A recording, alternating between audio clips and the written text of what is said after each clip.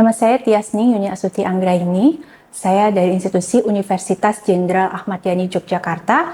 Kali ini saya melakukan penelitian terkait dengan model promosi kesehatan yang berbasis ibu untuk mengatasi stunting di Kabupaten Gunung Kidul, Provinsi Daerah Istimewa Yogyakarta. Kita ketahui permasalahan stunting sudah lama dikedepankan oleh pemerintah, bahwasanya kejadian stunting di dunia saja sudah mencapai 22% pada tahun 2020 menurut WHO. Kemudian di Indonesia sendiri ada sekitar 21, sekian% dari SSGBI tahun 2022. Kemudian di DIY sendiri ada sekitar 16,4%. Memang lebih turun daripada angka yang ada di nasional. Akan tetapi Gunung Kidul memiliki angka yang paling tinggi daripada kabupaten yang lainnya.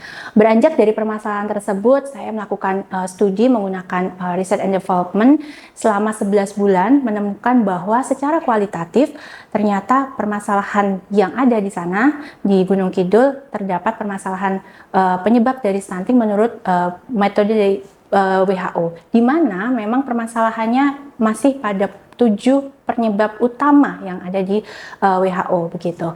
Dan dari 7 penyebab utama tersebut ternyata ketika kita melihat lebih jauh lagi, permasalahan utama adalah terkait dengan pola asuh terhadap anak dengan kondisi stunting. Pola asuh anak dengan kondisi stunting akan berbeda dengan pola asuh anak dengan kondisi yang normal. Artinya memang harus ada perlakuan khusus bagaimana dia bisa memperlakukan anak tersebut untuk bisa terpantau tumbuh kembangnya.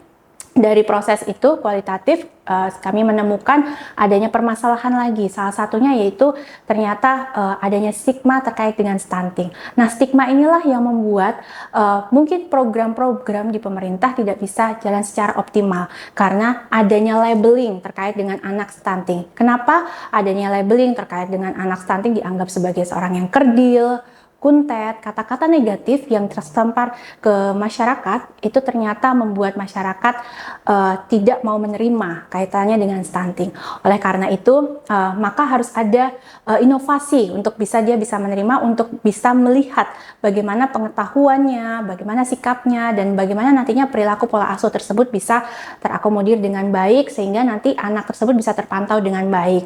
Maka salah satu media yang kami kembangkan pada research and development adalah melakukan PESAT, yaitu pendidikan edukasi stunting anti terlambat, di mana kami memberikan edukasi berupa buku bacaan atau mini buku yang kita sebut dengan memahami stunting untuk masyarakat yang ada di Gunung Kidul, ditambah juga dengan adanya video edukasi. Video edukasi ini menggunakan podcast, di mana lebih santai kita terangkan kepada masyarakat tentang apa itu stunting, dan ada contoh-contoh nyata dengan talent yang kita ambil juga dari teman-teman ibu-ibu yang memang dengan anak dengan kondisi stunting. Kami juga melibatkan puskesmas, kemudian kepala puskesmas, kemudian dinas kesehatan setempat, kemudian juga ada kepala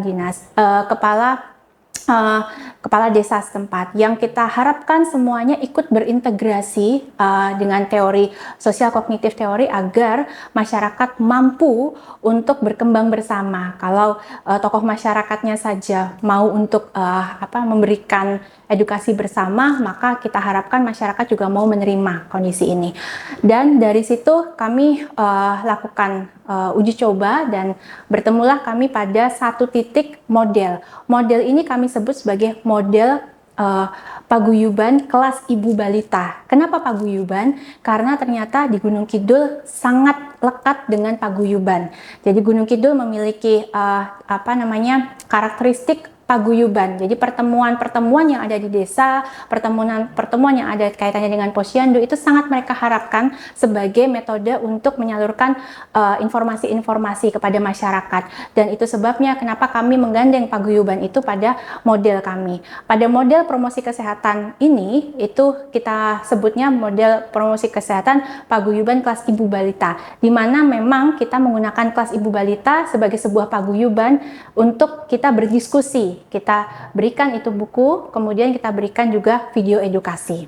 Nah, ternyata model ini cukup sangat berpengaruh ya bagi peningkatan